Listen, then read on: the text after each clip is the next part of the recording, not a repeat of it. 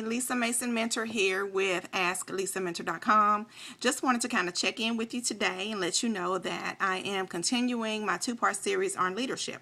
Yesterday we talked about the attributes of leadership, and today we're going to be talking about the failures that can stop you dead in your tracks from achieving the success you want to have as a leader.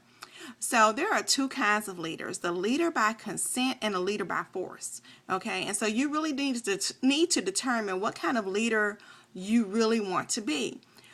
I would think that you would want to be the kind of leader that people would just follow, whether you had a title or position or whatever. People would just be drawn to you and drawn to your strengths as a leader, and those attributes that you have as a leader would just shine through, and people would just be magnetically drawn to you and want to do whatever you want to do.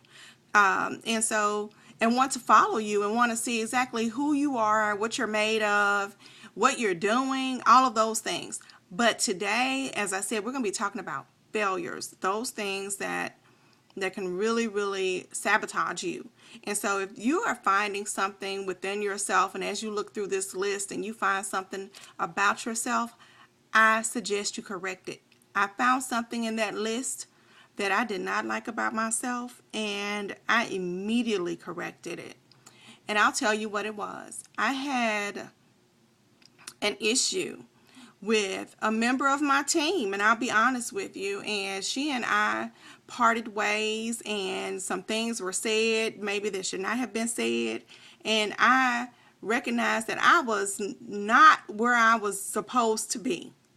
I was out of line.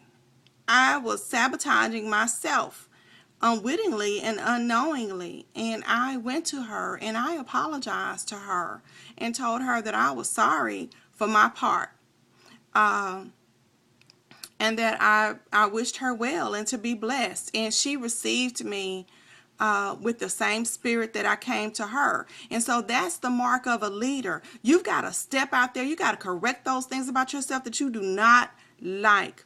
The goal of everybody, the goal of everyone should be to be better than you were the day before. And if you are better than you were yesterday, then you need to get it together. Simple truth, real talk. I'm sorry, I just shoot straight from the hip. I don't know how to, sometimes I try to soften it, but it's got to be said.